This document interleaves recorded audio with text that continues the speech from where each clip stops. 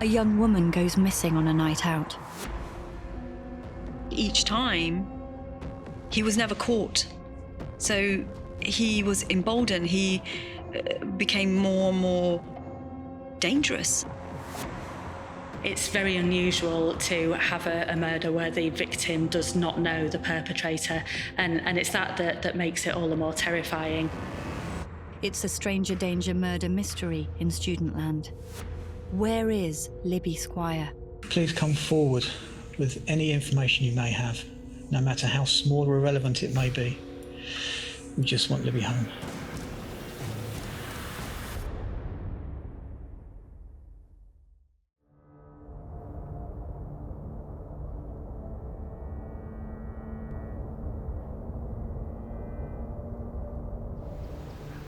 On the evening of Thursday, the 31st of January, 2019, Libby Squire and her student friends had a decision to make. Libby's friends wanted to go out to the student nightclub, the Welly. And Libby wasn't very keen, but her friends persuaded her that she should come along.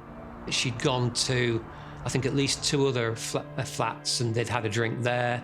Those who were with Libby Squire on the night became aware quite quickly after they left the house. The cold seemed to have hit her hard, and she was noticeably intoxicated. And that was quite obvious from the way she was pictured walking on CCTV. So it was not a great surprise to them when they arrived at the nightclub and the doorman said, "She's too drunk, she's not going to come in."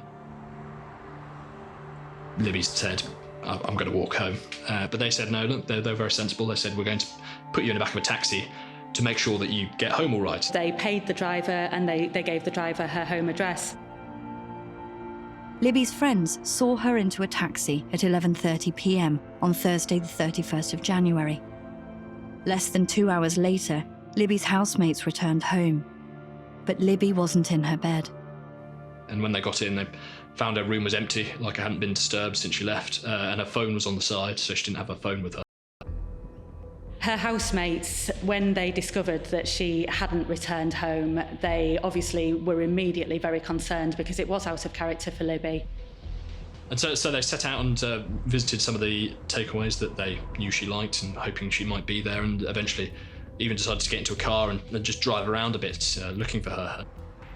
They drove around the areas that they would go out, the bars, other houses that they would go to, just to see if they could see her anywhere, or if they could find her anywhere. It got to a point where they'd used Libby's phone to contact Libby's mother and just to say, she's disappeared and what should we do? And eventually they did decide to ring the police in the early hours of that morning.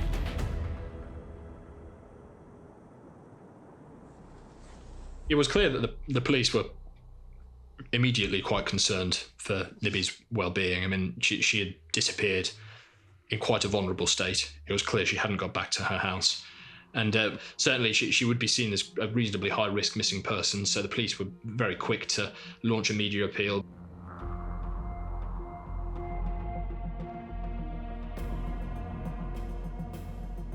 There were leaflets being handed out after she'd gone missing. Leaflets were handed out to people in the city centre, and there were billboards in the city centre just to make people aware of her disappearance. One of her friends at the university organised a search at the university, which 200 students turned up to take part in. 4 days after Libby had gone missing, her parents, Lisa and Russell Squire, recorded an appeal that was issued through Humberside Police, where they really appealed for Libby to return home safely. It's breaking my heart not knowing where you are. I love you more. As they searched for Liberty Anna Squire, police wanted to know more about her. A second-year philosophy undergraduate, Liberty was known to everyone as Libby. Libby Squire was from High Wycombe in Buckinghamshire. She was the eldest of 4 children to her father Russell and her mother Lisa. She was incredibly close to her mother in particular. She'd had a difficult time as a teenager. She'd struggled with her mental health. Her mother didn't shy away from how serious the personal difficulties Libby suffered from. Libby had taken a gap year after her A-levels, travelled abroad, and worked hard to overcome difficulties that had been holding her back. It had taken her a lot of courage to go to university, to leave home and start that new life for herself. But she'd done that. She was settled, and she was exhilarated not only by being social, as many students are, but her family said she loved her studies as well, and so she was throwing herself into it in a very big way. She was clearly bright, she was popular. Libby lived in a student house with a group of girls on Wellesley Avenue. They were very close friends. The house got on very well together. It's quite a residential area as well as being a studenty area. And so I think they do think that they should feel safe at all times. But Libby had not been safe. Detectives were about to discover that there had been a sexual predator menacing women in the area for months.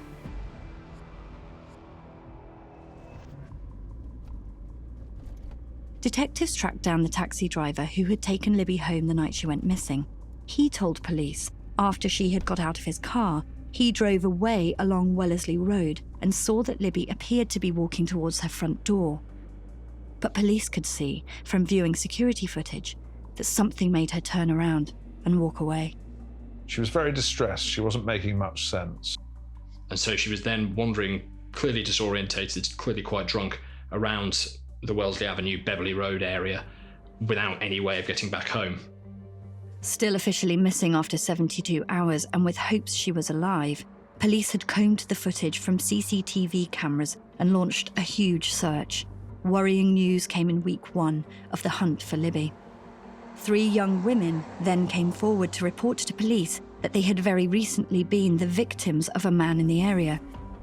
The offences fell into the category of offending public decency, were the offences only now coming to light and Libby's disappearance connected. One of them particularly was right on the road where Libby Squire lived. He was committing offences of voyeurism, that is, creeping up to the windows or doors of women and peering into their bedrooms or houses as they were coming out of the shower, targeting houses generally of the student population.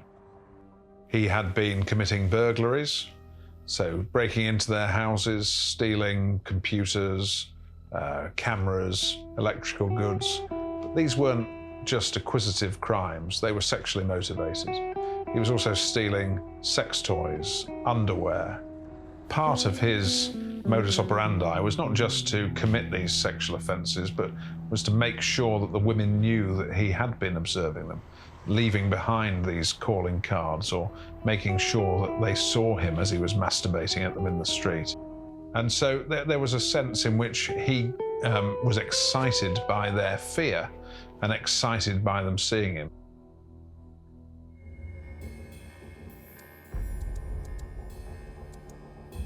He'd left DNA at some scenes, he'd left fingerprints at other scenes. But this evidence was of little help. Whoever the man was, he was not one of the 6 million profiles stored on the UK's national DNA database. Detectives now suspected that Libby's disappearance was a case of foul play.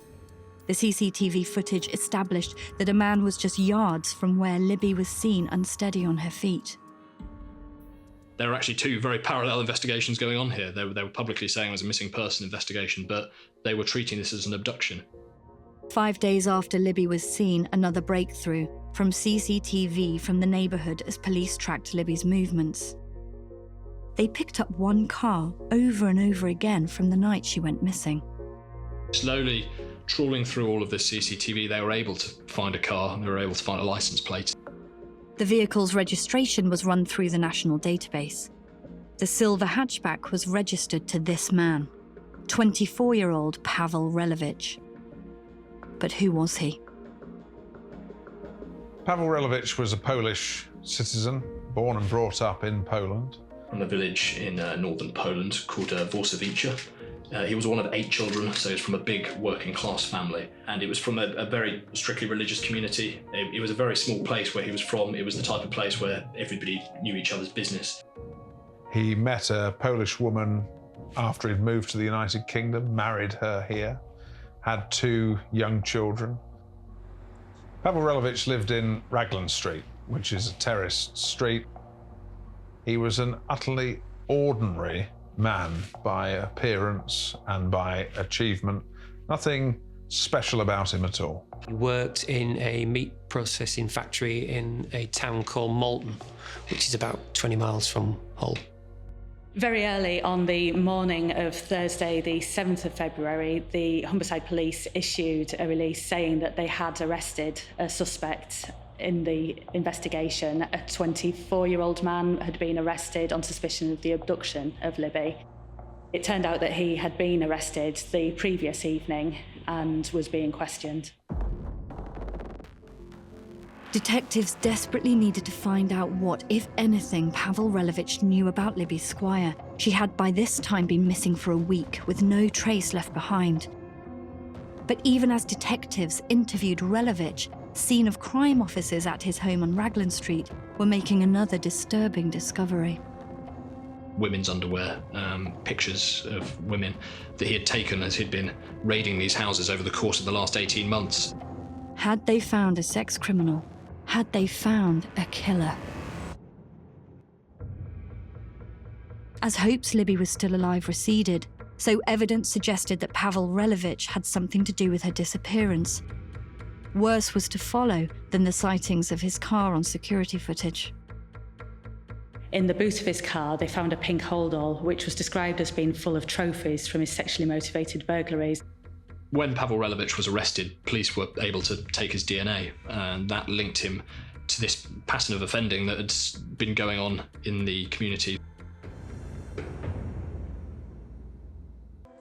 We said, well, looking at those offences on their own, they are serious and they need to be investigated whilst you continue to look for Libby. The hundreds of hours spent going through footage pays off. Police see Libby being shadowed on the other side of the road. It was the figure of a man. Could police prove it was Pawel Relowicz? He was out and about on Beverley Road, told his wife he'd gone out running, exercising. They built up an incredible picture of him cruising around the streets of Hull, stopping in certain locations, getting out of his car, and these are all locations in which he had in the past committed sexual offences. And so we were able to build up this pattern of him cruising about, looking for people to offend against. The discovery of this grainy footage was a much-needed breakthrough in the case. So the clip starts with a camera that's overlooking a corner near Hayworth Street, and it shows a man climbing out of the car, which is Pawel Relowicz's car. It's 23:55, according to the clock, so just before midnight.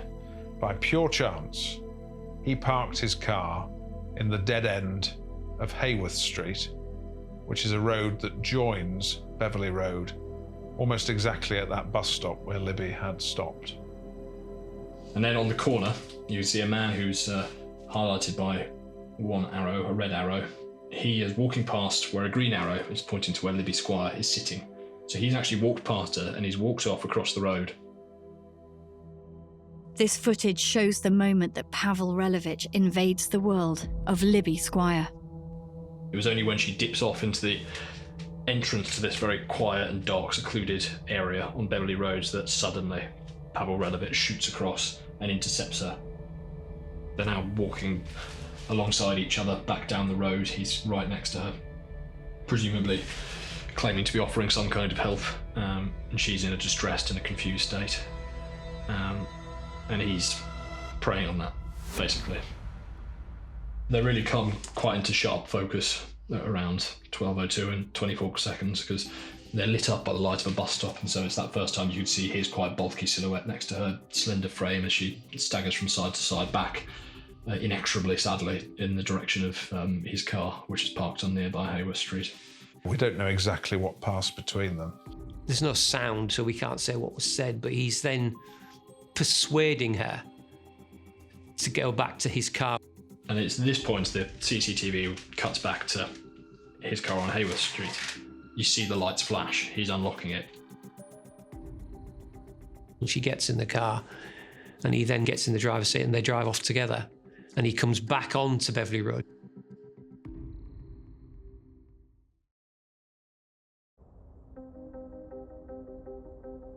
The challenge facing detectives was twofold. Where was Libby? And could they now gather evidence to secure a conviction in relation to her disappearance? CCTV footage had exposed Relowicz's lie in claiming that he had not come into contact with Libby Squire on the night she vanished. Relowicz finally admitted to police that he had met the missing woman. He was saying that he had picked up this girl who was looking distressed on the side of the street, wanting to drive her home, and then she'd thrown herself at him, and he'd said, no, I'm a married man, and get out of my car.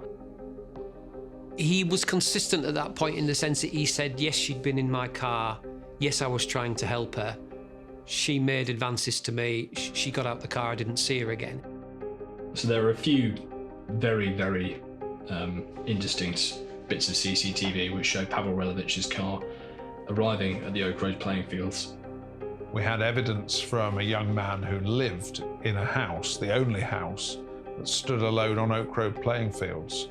And his was crucial evidence because we knew exactly when Relowicz had taken Libby to the playing fields.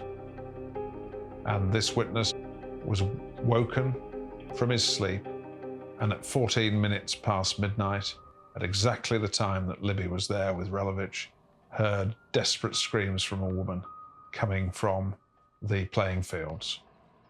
After a few minutes, he saw a man who he would describe as not looking like he was dressed for a night out, walking quickly, not running, but walking with a determination to get away from the playing fields, as he interpreted it. He didn't look back. And, he could see him, and there was enough ambient light to him to make out the details of this man. And he thought that it was very suspicious. And ultimately, when he did see a picture of Relowicz a few weeks later, he was pretty confident that that was the man he had seen. This was crucial evidence because this was plainly Relowicz attacking and killing Libby and then leaving the scene as quickly as he could. They'd only seen one person go back to the car. So if they couldn't find her on the ground, the suspicion was that she'd either fallen in or been put in the river by him. Unfortunately, after he had killed Libby on the playing fields, in a particularly cruel act, he put her body into the River Hull. And from there it passed out into the River Humber and out into the North Sea off Spurn Point. And it was many weeks before her body was spotted floating in the water off Spurn Point and was recovered by the lifeboat, the Pride of the Humber, and recovered by the police. We didn't know whether that would take the inquiry any further at that point, because obviously we knew that if she was found in water, she'd probably been in water for 6 to 7 weeks.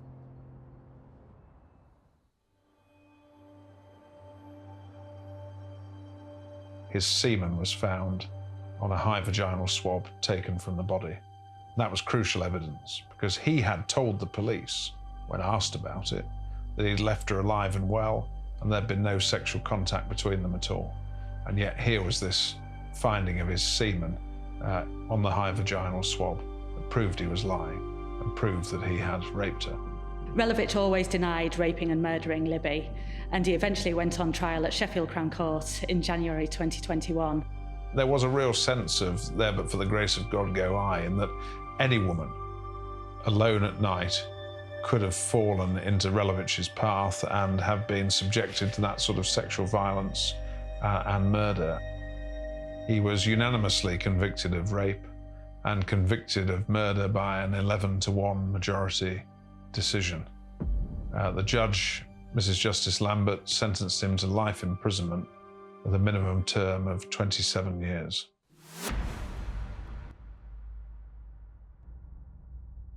I remember her mother speaking after the verdict. And for them, the verdict changes nothing. It will never bring Libby back. In court, Libby's mother said that no words could explain the torture of living without my Libby. Not only have I lost my firstborn child, with whom I had an amazing bond, but I have also lost the possibility of being a grandmother to her children.